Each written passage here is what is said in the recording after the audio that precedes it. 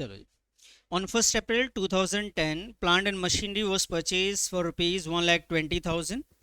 New machine was purchased on 1st October 2010. यहाँ पे question कह रहा है कि 2010 में एक प्लांट और मशीनरी हमने परचेज करी थी 1,20,000 की, और एक और नई मशीन हमने खरीदी है अक्टूबर 2010 में। उसके बाद 1 जुलाई 2011 की बात कर रहे हैं। जब भी आपको लगे कि ईयर चेंज हुआ है तो रुक जाया करो वहीं पे। 1 साल के इन्फॉर्मेशन एक बार में रीड करना है। तो यहाँ 1 अप्रैल 2010 से लेकर अक्टूबर 2010 ये सेम ईयर की बात हो रही है, क्योंकि क्वेश्चन ने लास्ट में एक बात बताई है कि जो बुक्स क्लोज होगा वो 31 मार्च में, 31 मार्च एवरी ईयर होगा। 31 मार्च एवरी ईयर होगा, इसका मतलब है स्टार्ट अप्रैल 2010 में जो ईयर हुआ है उसका एंड 31 मार्च 2011 होगा। कब होगा? ईयर क्लोज कब होगा? 31 मार्च 2011 होगा। समझ में आई बात? और यहाँ पे आप बात को समझेंगे तो यहाँ लिखा हुआ है जुलाई 2011, तो इसका मतलब मार्च 2011 के बाद की बात हो रही है। तो ये सेम ईयर का इंफॉर्मेशन है या नेक्स्ट ईयर की इंफॉर्मेशन है? अब्दुल्ला समझ में आई बात? सेम ईयर है ना? सेम है ना? नहीं है सेम? कैसे? कैसे समझ में आया बेटा कि नेक्स्ट ईयर की बात हो रही है? हाँ, अरे ऐसे कैसे नेक्स्ट ईयर हो गया? बस ये रीड करा 1 जुलाई 2011 नेक्स्ट ईयर हो गया। कैसे डिसाइड करोगे कि नेक्स्ट ईयर की डेट है ये? अच्छा चलो, ये 1 जनवरी 2011 होता है जुलाई की जगह, तब बताओ नेक्स्ट ईयर होता है कि नहीं? क्यों? नेक्स्ट ईयर मार्च में स्टार्ट नहीं, अप्रैल में होता है। अब सही है, अब तुम्हें समझ में आ गया। तो हमने 1 साल की इन्फॉर्मेशन को अच्छे से पढ़ना है और उसको रिकॉर्ड करना हमें सीखना है। तो यहाँ तक के इन्फॉर्मेशन 1 ईयर के। अब क्वेश्चन आगे कहता है, आगे मैं नहीं पढ़ूंगा, बस ये समझूंगा बोला क्या है। कह रहा मशीनरी अकाउंट बनाइए 3 साल के लिए। तो 1 साल का इन्फॉर्मेशन पढ़ा हमने, वो स्टार्ट करेंगे। और डेप्रिसिएशन बोला है उन्होंने कि 10% लेना है स्ट्रेट लाइन मेथड से। आइए जी, इसका फॉर्मेट पहले बना लेते हैं। अब बताइए, अकाउंट तो लिख लिया प्लांट एंड मशीनरी, और उसके बाद क्वेश्चन नंबर कौन सा है हमारा? 12। सबसे पहले जिस ईयर की रिकॉर्डिंग आप करने वाले हैं उस ईयर को लिखना है बेटा। वो ईयर है हमारा 2010। मशीनरी अकाउंट बना रहे हैं, इधर देखो बेटा, आप लोग नोट मत करो, इधर देखो। मशीनरी अकाउंट जब भी इंक्रीज होगा डेबिट साइड, क्योंकि ये एसेट्स का अकाउंट है। डिक्रीज होगा तब क्रेडिट साइड लिखेंगे। तो यहाँ पे मशीन हमने परचेज जो किया है बेटा 1,20,000 का, उसकी वजह से मशीन इंक्रीज हुआ या डिक्रीज? बढ़ गया है सर। तो यहाँ पे आप लिखेंगे कि ये इंक्रीज हुआ है टू बैंक अकाउंट।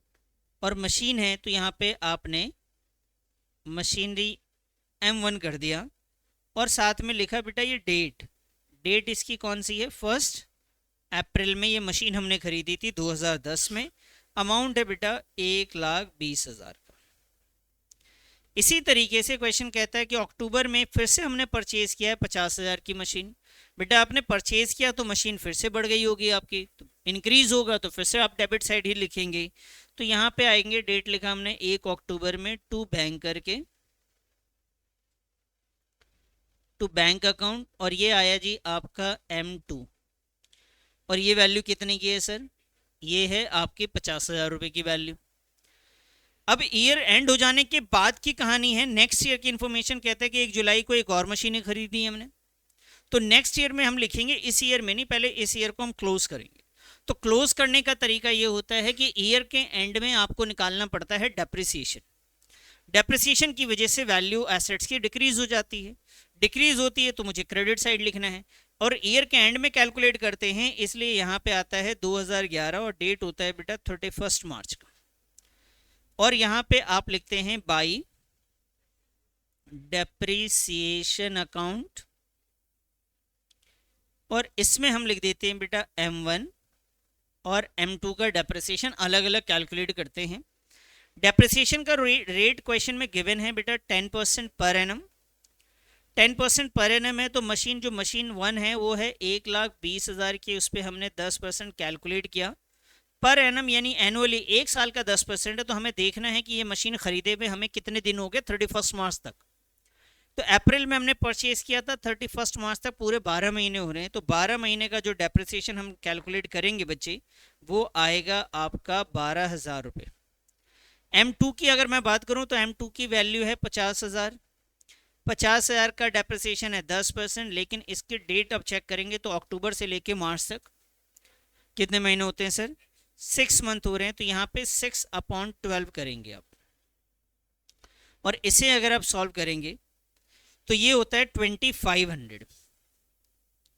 डेप्रिसिएशन निकालने के बाद आपको एंड में निकालना होता है सर बैलेंस। यहां लिखते हैं बेटा balance carry down. Balance carry down में वैल्यू आती है M1 और M2 की।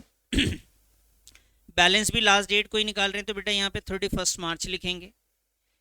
M1 की वैल्यू है आपके पास 1,20,000। उस 1,20,000 में से 12,000 को आप माइनस करेंगे और फिर यहाँ पे लिखेंगे वैल्यू। M2 की वैल्यू है सर 50,000। 50,000 में से आप माइनस करेंगे 2500। तो 1,20,000 में से 12,000 रुपये गए तो कितना बचा सर? तो यहाँ पे 1,08,000 आपने लिख दिया, और इसमें से आया तो ये आया बेटा 47,500। इसके बाद आपका ये ईयर कंप्लीट हो जाता है। तो यहाँ पे इसे आप क्लोज करेंगे। टोटल करेंगे सर 1, 20 और 50 आता है सर 1,70,000, और यहाँ पे भी लिखेंगे आप 1,70,000। ये 1 साल आपका कंप्लीट है, नोट करो बेटा इसको आप। आइए सर, अब नेक्स्ट ईयर की स्टार्टिंग कैसे करेंगे? तो बेटा ये जो 31 मार्च है उसके बाद नेक्स्ट ईयर की जो डेट आएगी वो यहाँ लिखेंगे। तो ये 31 मार्च 2011 था। तो बेटा ईयर जो है ना, कैलेंडर ईयर का जो डेट होता है वो वही का वही रहेगा, उसमें कोई चेंज नहीं होगा। ये 2011 ही रहेगा, क्यों मार्च के बाद अगर नेक्स्ट देखें फाइनेंशियल ईयर का डेट आता है 1 अप्रैल, लेकिन ईयर वही रहेगा। और यहाँ पे हम लिखेंगे टू बैलेंस ब्रॉड डाउन लिखेंगे सर। और इस टू बैलेंस ब्रॉड डाउन में हम लोग M1 और M2 लिख लेंगे। M1 की वैल्यू कितनी है सर? 108,000, और यहाँ आ जाएगा बच्चे 47500। ठीक है सर, ये आ गया सर। अब इसके बाद हमने क्या करना है, 2011 में आ गए। अब क्वेश्चन को आगे कंटिन्यू करना है, क्योंकि हमने 2011 सुनते ही बंद कर दिया था क्वेश्चन पढ़ना। अब हम पढ़ेंगे फिर से, क्योंकि हम 2011 में आ चुके हैं। तो यहाँ लिखा हुआ है 1 जुलाई 2011 में 25,000। ये सेंटेंस यहाँ से स्टार्ट हुआ था कि हमने खरीदा है 1 जुलाई 2011 में 25,000 की मशीन। तो अगर आपने 1 जुलाई को एक और मशीन खरीदी है 2011 में, तो यहाँ पे आप लिख लीजिए, यहाँ पे आप लिखिए सर टू बैंक अकाउंट, और ये आएगा जी M3 कितने की वैल्यू सर? तो 25,000 आपने यहाँ पे लिख दीजिए। ठीक है जी। अब क्वेश्चन में और आगे पढ़ते हैं। यही ध्यान रखना है, डेप्रिसिएशन में स्टेप वाइज पढ़ते जाओ, उसके बाद सॉल्व करते जाओ। देखिए बच्चे आगे ध्यान दीजिए। कहते हैं जी यहाँ पे देखो, फुल स्टॉप लग जाने के बाद बेटा इधर देख पहले, ऑन 1 जनवरी 2013, क्या ये दोनों सेम ईयर की बात हो रही है? बोलो, 2 साल आगे की बात हो रही है। हमें क्या करना चाहिए सर? यहीं पे क्लोज करना चाहिए। पहले इस ईयर को पहले कंप्लीट करना पड़ेगा। इस ईयर 2011 को कंप्लीट करिए आप, 2013 में डायरेक्ट नहीं पहुंच सकते। तो 2011 को कंप्लीट करने के लिए हमें यहाँ पे कितनी डेट डालनी पड़ेगी? 2012 की डालनी पड़ेगी। और ये कब क्लोज होगा जाके बेटा? 31 मार्च। क्लोज कैसे होता है? पहले निकाला जाता है डेप्रिसिएशन, उसके बाद निकाला जाता है बैलेंस। ठीक है जी, क्या निकालते हैं पहले? डेप्रिसिएशन। तो हम यहाँ पे निकालेंगे बाई डेप्रिसिएशन। लिखिए मेरे साथ साथ, बाई डेप्रिसिएशन। इस बार डेप्रिसिएशन M1, M2, M3 तीनों का निकालेंगे बच्चे, और उसके बाद आएंगे बाई बैलेंस पे। हम लोग बैलेंस कैरी डाउन, बच्चे पार्टी बैलेंस कैरी डाउन में भी M1, M2 और M3 पे आ जाएंगे। ये भी डेट 31 मार्च की ही रहेगी। अगर अमाउंट की बात किया जाए तो देखो बेटा इधर देखो, डेप्रिसिएशन निकालना जिनको नहीं पता, डेप्रिसिएशन हम निकाल रहे हैं, M1 की वैल्यू यहाँ पे 1,08,000 है, इसे कहते हैं हम लोग बुक वैल्यू। क्या कहते हैं बेटा? लेकिन क्वेश्चन ने आपसे बोला है कि डेप्रिसिएशन आपको जो निकालना है 10% on straight line method. Straight line method का मतलब होता है कि डेप्रिसिएशन आपको निकालना है कॉस्ट पे। किस पे निकालना है? और ये जो वैल्यू है आपकी कौन सी वैल्यू है? Book value. जबकि M1 का कॉस्ट प्राइस कितना था? 1,20,000 और M2 का कितना था बेटा? 50,000। तो डेप्रिसिएशन आपका कॉस्ट पे निकलता है स्ट्रेट लाइन मेथड में। तो भाई कितना है आपका स्ट्रेट लाइन मेथड के हिसाब से? M1 कितने का था? 1,00,000।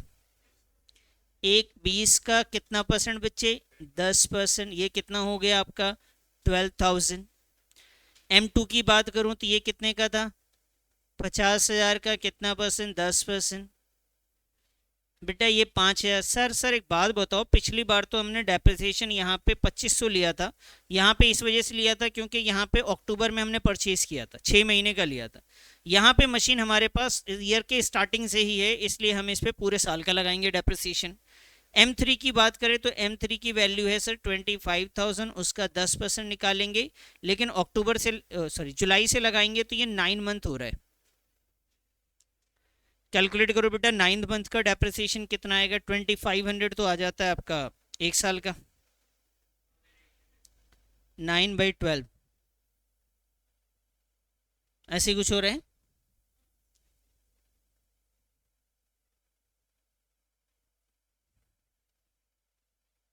$1,875।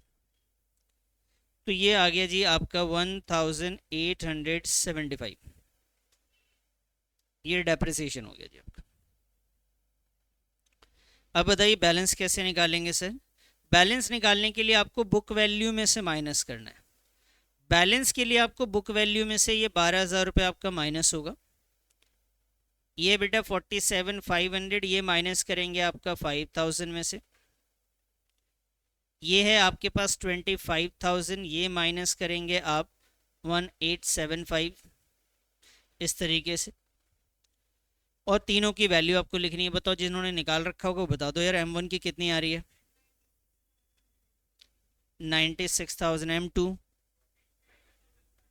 Very good. M3 23,125। अब इसको हम टोटल कर लेंगे सर।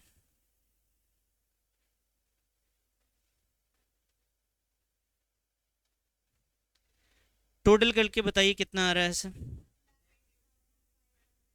1,80,000।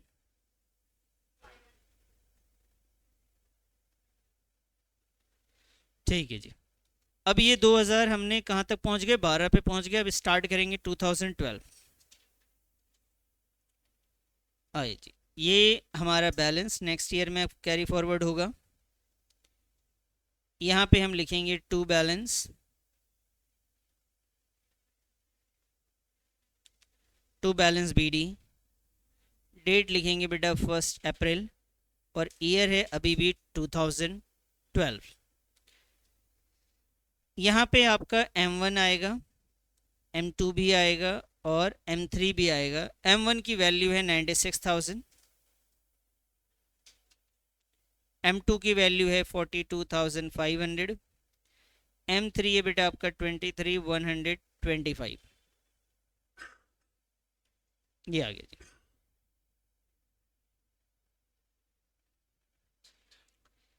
अब क्या करें? 2012 की बात कर रहे हैं हम, 2012 में पढ़ के देखते हैं। तो क्वेश्चन को अगर आप ध्यान से देखिए तो जनवरी 2013 है। बताओ ये अभी भी इसी साल की बात हो रही है या नेक्स्ट ईयर की? हम 2012, इधर देखो बेटा, इधर 2012 की स्टार्टिंग में खड़े हैं। अब हम क्वेश्चन को देख रहे हैं, यहाँ पे लिखा हुआ है जनवरी 2013। ये इसी ईयर की बात कर रहे हैं या किसी और ईयर की बात हो रही है? सेम ईयर की बात हो रही है। तो बेटा इसको रिकॉर्ड करेंगे, क्या बात हो रही है ये भी ध्यान दीजिएगा, ये इंपॉर्टेंट पॉइंट है। कह रहे हैं कि जनवरी 2013 कॉमा दे दिया इन्होंने। इधर देखो बेटा, कह रहे जनवरी 2013 में ये हो रहा है क्या? अ machine of the original value of 20,000, एक मशीन जिसकी कीमत तो 20,000 रुपए की है, which was included in the machine purchase on 1 अप्रैल 2010। ये 20,000 की मशीन एक्चुअली में इसमें है।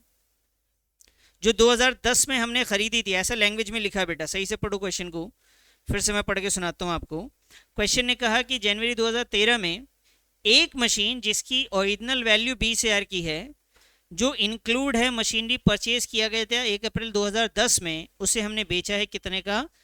तो ये कहना ये चाहते हैं कि एक मशीन को 2010 में हमने खरीदा था। गुरुजी इधर ध्यान दे दो, एक मशीन जिसको हमने खरीदा था 2010 में, 20,000 रुपए की मशीन खरीदी थी, वो हमने आज बेच दी है। उसको हमने बेचा कितने का है? 6,000 का।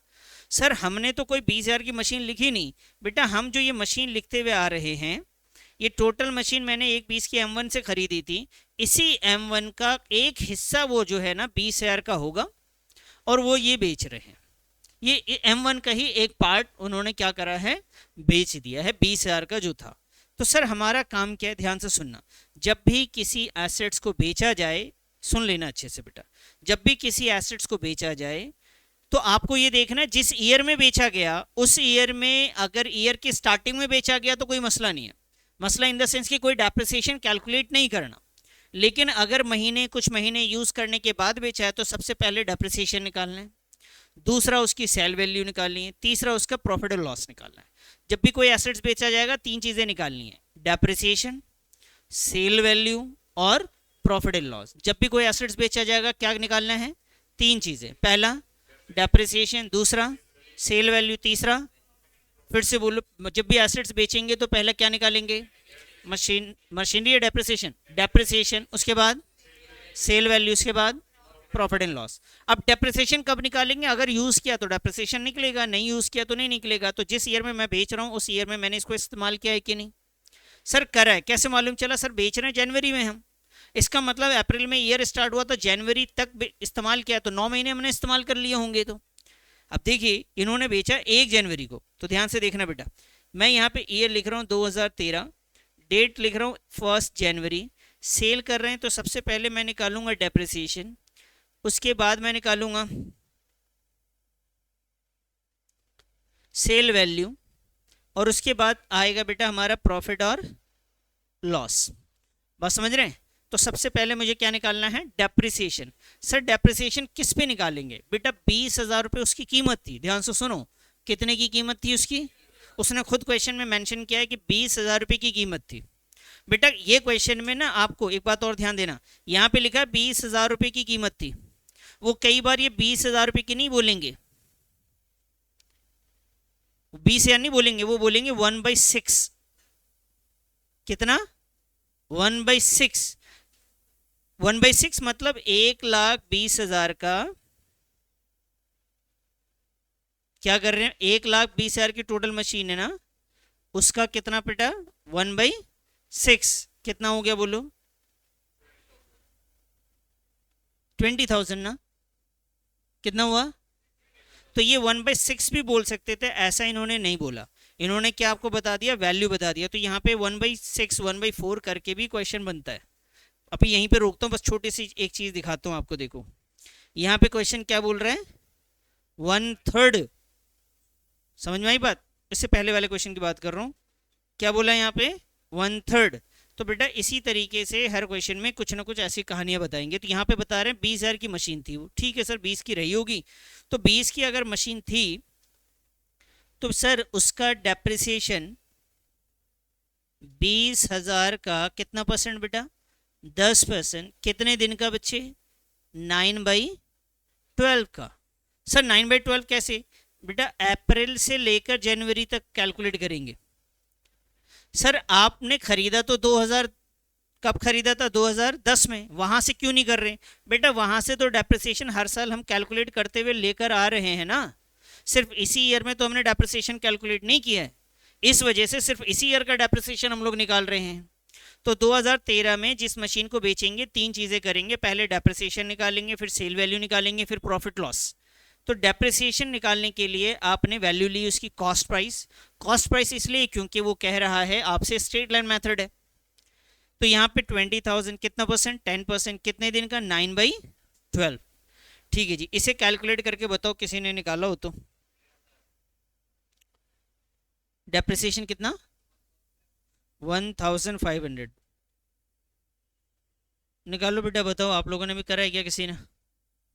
यही आ रहा है, ठीक है। अब दूसरी चीज क्या निकालनी है, इधर देखो बेटा। बेटा नोट मत कर, अगर कुछ कैलकुलेशन करे तो फिर भी ठीक है, नोट करके क्या पता इसका सॉल्यूशन तो मैं वैसे ही दे दूं। मुझे बताओ, मैंने तीन बातें बोली, पहला बोला डेप्रिसिएशन, दूसरा मैंने बोला सेल वैल्यू। बताओ सेल वैल्यू कितने की है? इसे बेचा हमने 6,000 का, वो तो गिवन ही है, तो मैंने यहाँ पे बेटा 6,000 रुपये लिख दिया। अब बताओ तीसरी चीज क्या निकालनी है? Profit and loss. ये सबसे मेन चीज होता है जो कि डेप्रिसिएशन के चैप्टर में डिफिकल्ट टास्क बच्चे मानते हैं। ऐसा क्यों मानते हैं? क्योंकि उसके लिए वर्किंग नोट अलग से बनाना पड़ रहा है। तो यहाँ पे ध्यान देना बेटा, सेल वैल्यू अभी कैलकुलेट नहीं करें, बनाएंगे तो वर्किंग में, बस रफ एक बात बता रहा हूँ मैं आपको। भाई एक मशीन मैंने 96 की है, ध्यान से समझना बच्चे, कितने की है? M1 स्टार्टिंग में कितने की है? पूरे मशीन की कीमत 96 की है। पूरे एक मशीन की कीमत कितने की है? क्या पूरा मशीन बेचा है आपने, या कम बेचा है? हाफ बेचा है? 50 बेचा है? 1/6 बेचा है? समझे मेरी बात को? तो बताओ, जिस मशीन को आपने बेचा उसकी खरीदने के टाइम पे क्या वैल्यू थी? 20,000। जिसको आपने बेचा उसकी स्टार्टिंग में वैल्यू क्या थी? जब आप बेच रहे हो क्या आज भी वही वैल्यू रहेगी? भाई आपने इस्तेमाल करा ना हर साल, तो 20,000 से, ध्यान से समझना बेटा, 20,000 से पहले साल उसकी वैल्यू कितनी कम हो जाएगी? कितना बचेगा सर? 18,000 बचेगा। उसके बाद बताओ फिर से कितनी कम हो जाएगी? अब कितना बचा सर? और फिर यहाँ पे भी कितने महीने का कम होगा? अभी हमने निकाला तो 9 महीने का, वैल्यू कितना आया था? 1,500। तो बताओ कितना बचा ये? 14,500 की चीज को बेचा कितने का आपने? बताओ नुकसान या फायदा? कितने का? 8,500 का नुकसान। ऐसे करके हम कैलकुलेट कर पाएंगे। समझ में आए बात? क्लियर है सर? ये मशीन स्टार्टिंग में कितने की थी बेटा? आपने उस पर डेप्रिसिएशन पहले साल लगाएंगे कितने, 2,000, तो कितने का बचेगा?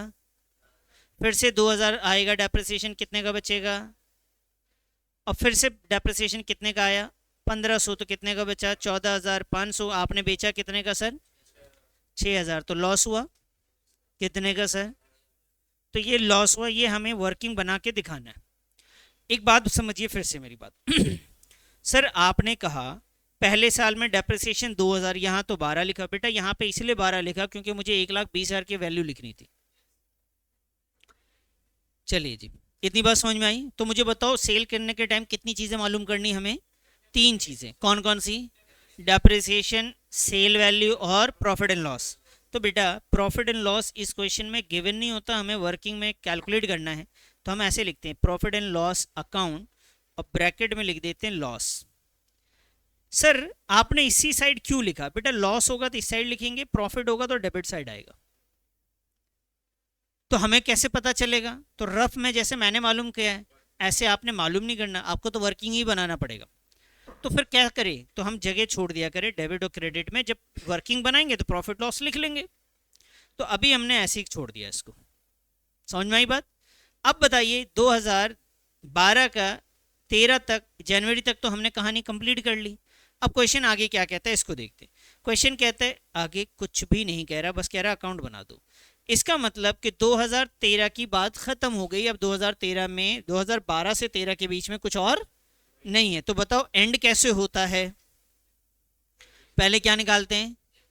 डेप्रिसिएशन। उसके बाद क्या निकालते हैं? बैलेंस। बैलेंस हम यहाँ पे बेचने की बात नहीं कर रहे, किसी अकाउंट को क्लोज करने की बात कर रहे हैं बेटा।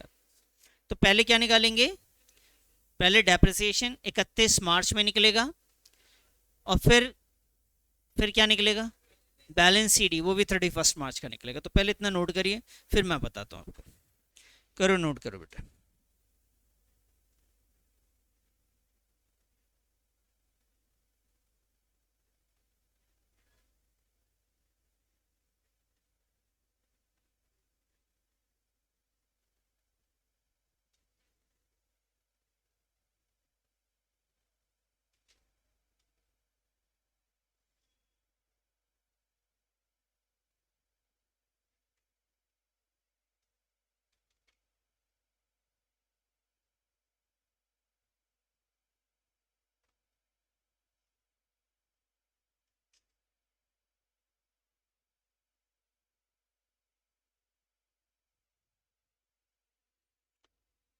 तो सबसे पहले हम इसे क्लोज करेंगे 31 मार्च और बेटा कैलकुलेट करेंगे डेप्रिसिएशन।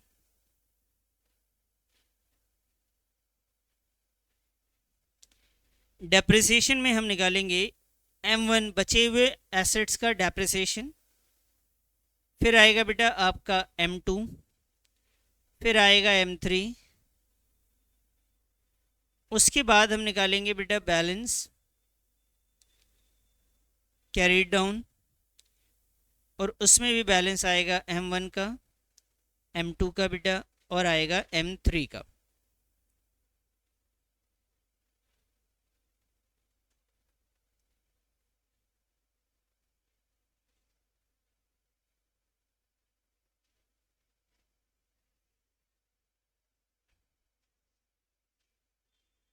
और इसको हमने क्लोज कर दे रहे, लीजिए। अब डेप्रिसिएशन M1 M2 कैलकुलेट करेंगे।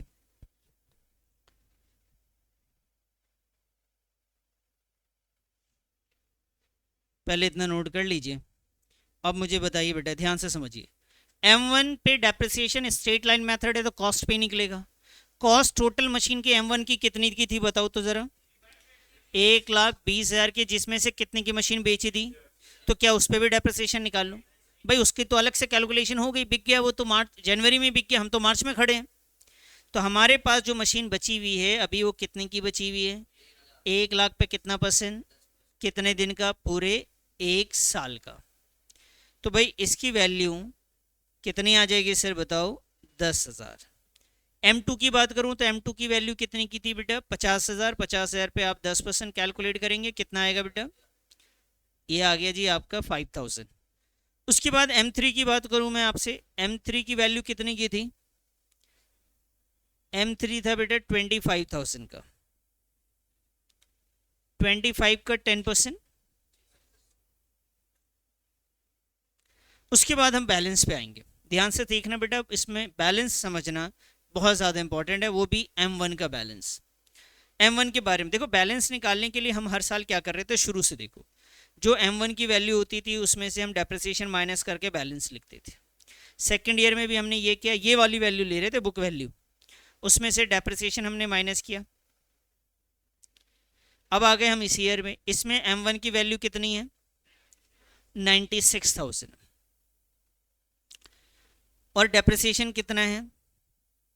10,000। ध्यान से देखना, अगर आपने 96 में 10,000 लिखा और माइनस किया और 86 लिखा तो बेटा ये हो जाएगा आपका गलत। सर क्यों? क्योंकि बच्चे इसमें से हमने कुछ मशीनें बेची भी तो थी। यहाँ पे ईयर की स्टार्टिंग में M1 का ये जो 96 है, ये दोनों की वैल्यू जुड़ी हुई है। जिसको मैंने बेचा वो भी तो है इसमें। ये जनवरी 2 अप्रैल की बात है ना, हमने कब बेच दिया? 1 जनवरी में। और ये बात को आपको समझना है कि इसका बैलेंस कैसे निकालेंगे। बेटा इधर ध्यान से समझो, पहले पहले आप मेरी बात को अच्छे से समझने की कोशिश करो, और ये बहुत ज़्यादा इंपॉर्टेंट है इस बात को समझना। देखिए, जिस मशीन को आप बेच रहे हैं वो मशीन और जिस मशीन को आपने पूरे साल इस्तेमाल किए, दोनों अलग अलग। एक मशीन आपने जनवरी तक बेच के साइड कर दी, और एक मशीन जो है उसी का पार्ट जो था उसको कितने दिन इस्तेमाल किया सर आपने? पूरे साल इस्तेमाल किया। M1 में दो मशीनें थी, एक 1,00,000 की थी, एक 20,000 की थी। तो 20,000 वाली मशीन को जनवरी में जाके आपने क्या करा? सेल कर दिया। और 1,00,000 वाली जो मशीन बच गई उसको तो आप यूज़ कर रहे हो, तो बैलेंस किसका बचेगा? 1,00,000 वाले का बचेगा ना। लेकिन क्या ये वाला बैलेंस सिर्फ 1,00,000 वाले का था? ये किसका था?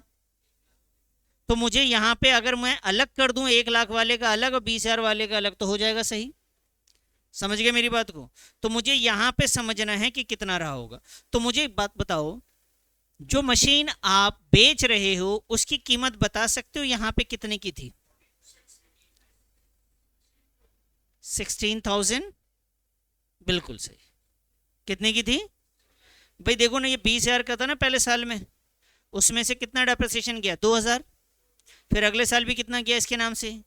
तो यहाँ पे कितने का था वो? बहुत बढ़िया जी, कितने का था? 16,000 का था।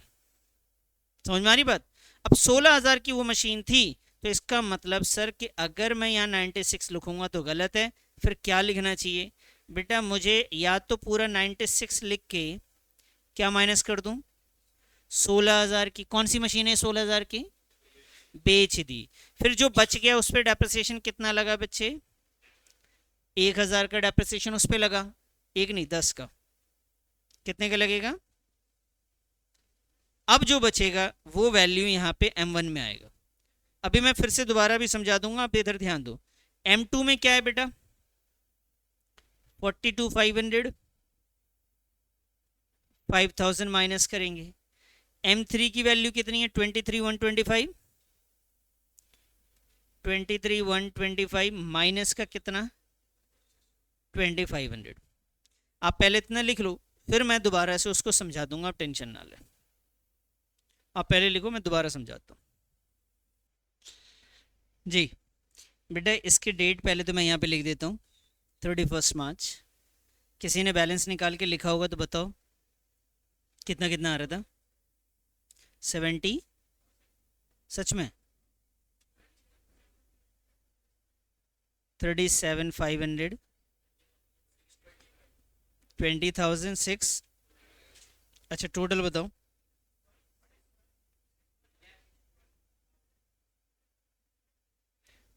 1,61,625। ठीक है जी। अभी हमें प्रॉफिट लॉस भी निकालना है, तो उसकी वर्किंग बनाएंगे हम लोग। आइए जी, वर्किंग नोट्स।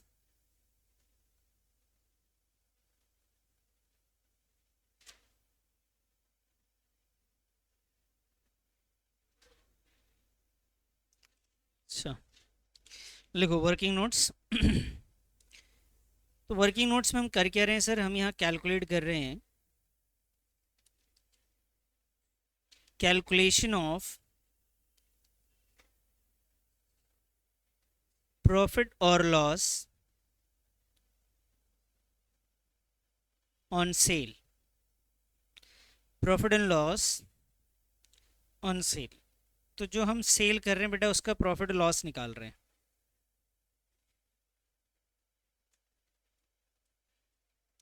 सबसे पहले इसके दो तरीके हैं, मैं दोनों बताऊंगा। पहले एक फिर दूसरा, दोनों सॉल्यूशन मैं आपको सिखाऊंगा, आप ध्यान देना दें। सबसे पहले जो जिस डेट पे आपने मशीन खरीदी थी, 1 अप्रैल 2010 में आपने खरीदी थी मशीन, तो यहाँ पे हम लिखेंगे बेटा कॉस्ट ऑफ मशीन।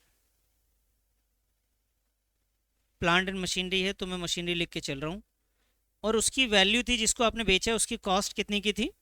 20,000 की। और आपने इसको इस्तेमाल किया।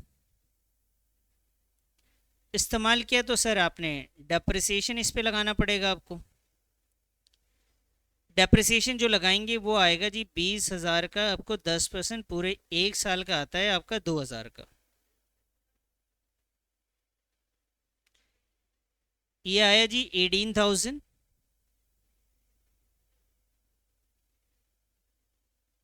ये वैल्यू हो गई बुक वैल्यू इसे कहते हैं, और ये 2011 की बात है। यानी कोई एसेट्स जिसकी डेप्रिसिएशन जो माइनस करने के बाद जो वैल्यू आती है उसे हम लोग बुक वैल्यू का नाम देते हैं। फिर हम क्या करेंगे बेटा? दोबारा हम डेप्रिसिएशन इस पे माइनस करेंगे। सर ये तो हम लोग पहले डायरेक्ट ही कर ले रहे थे।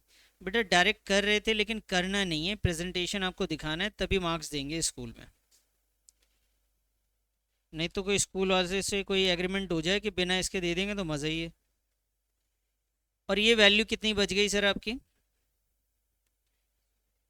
16,000। इसे क्या बोलेंगे बेटा? इसे बोलेंगे बुक वैल्यू। और ये डेट क्या रहेगी? 1 अप्रैल 2012 की। क्या इस डेट पे बेचा? नहीं सर। तो अभी इसे और इस्तेमाल करा हमने।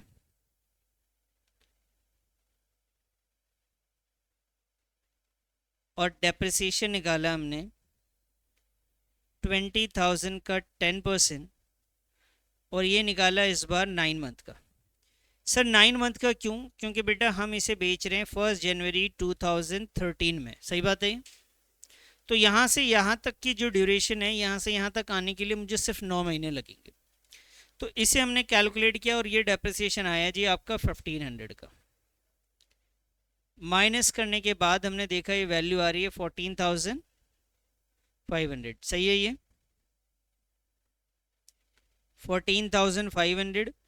इसको हम लोग क्या बोलेंगे सर? इसे बोलेंगे बुक वैल्यू। क्या बोला हमने? अब बुक वैल्यू है। अब इसी को हम लोग बेच रहे हैं बेटा, यहाँ पे हम लोग लिखेंगे सेल वैल्यू। बेटा ये सेल वैल्यू जो हमें गिवन है ना, वो 1 जनवरी 2013 की है। और ये ध्यान रखना कि सेल और बुक वैल्यू सेम डेट का होगा तभी प्रॉफिट लॉस निकलेगा। ऐसा नहीं कि आपने ये कॉस्ट में से सेल वैल्यू को माइनस करा डायरेक्ट। आपका ये बुक वैल्यू और सेल वैल्यू दोनों सेम, मतलब डेट जिस डेट पे सेल कर रहे हैं उसी डेट की वैल्यू भी होनी चाहिए, तभी आप प्रॉफिट लॉस निकाल सकते हैं। और सेल वैल्यू है कितने का बच्चा? 6,000। तो बचा कितना बता सकते हैं? तो ये 8,500 का मुझे तो दिख रहा है सर लॉस। इसे लिखेंगे लॉस ऑन सेल। इस लॉस ऑन सेल को जाके वहां पे आप लिख देंगे जो आपने स्पेस छोड़कर आए थे, 8,500 का लॉस। पहले आप ये लिखिए, फिर मैं इसका दूसरा तरीका आपको बताता हूं जिससे आपका टाइम बचे।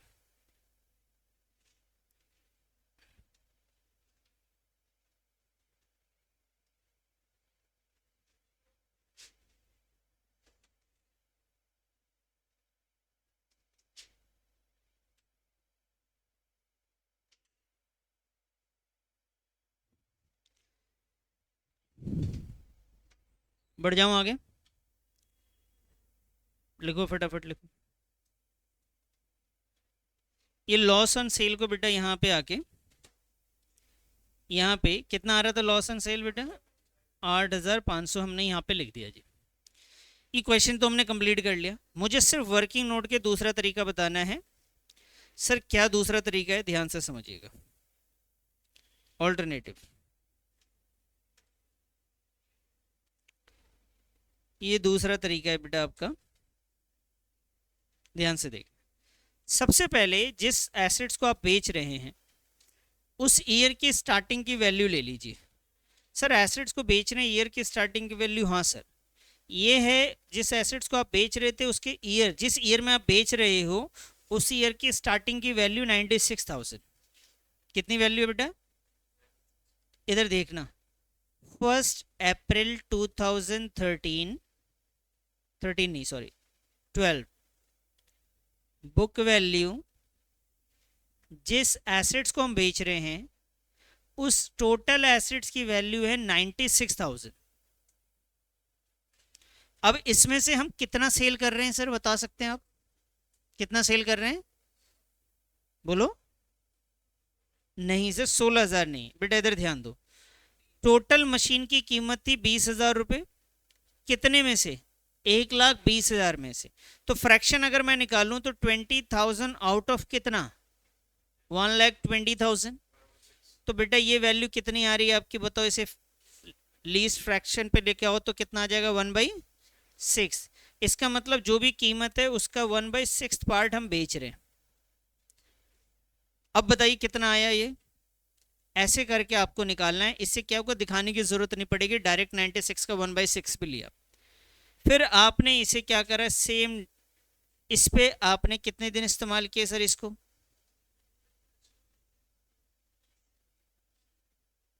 डेप्रिसिएशन आपने लगाया 20,000 का, 10% कितने दिन का? 9/12। बताइए कितनी वैल्यू आ गई 9/12 करने के बाद इसकी? 1,500 रुपये। तो ये आया जी आपका 14,500। ये हो गया आपका बुक वैल्यू और डेट है आपकी 1 जनवरी 2013 और इसी डेट की हमारे पास है पहले से सेल वैल्यू जो है 6,000। तो डिफरेंस आपका प्रॉफिट लॉस आ जाएगा 8,500 का लॉस। तो प्रेजेंटेशन ये भी दिखाया जा सकता है, वरना तो ये पूरा दिखाना पड़ेगा आपको। और यहाँ पे वैल्यू आपके लिए बहुत आसान लग रही है कि सर आपने माइनस करते हम तो डायरेक्ट निकाल दे रहे थे, जहन में कैलकुलेट कर लिया था। लेकिन कई बार अगर मैं आपको बताऊं, अभी आप बच्चे हैं, कई बार नहीं समझ पाते हैं बात को कि शॉर्टकट का कोई मतलब है, कोई इसका इस्तेमाल है कि नहीं। इधर देखो, मेरी बात को समझो।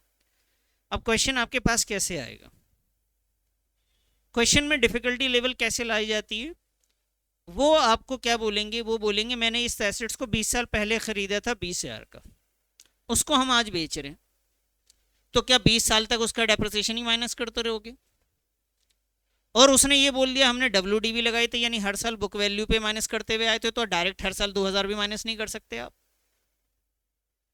तब जिस ईयर में है उस ईयर की स्टार्टिंग की वैल्यू तो होगी ना, वहां पे डायरेक्ट 1/6 करेंगे तो आपको 20 कैलकुलेशन से बचना पड़ेगा, 20 कैलकुलेशन बच जाएगी आपकी। समझ गए? तो जहां पे स्टेप ज्यादा है और इस टाइप का दे ही रखा है, उसने बता रखा है 1/6 है, 1/4 है, या 20,000 10,000 करके बताया, तो हम इस तरीके से कैलकुलेट कर सकते हैं। नोट करो इसको भी। सबने नोट करा?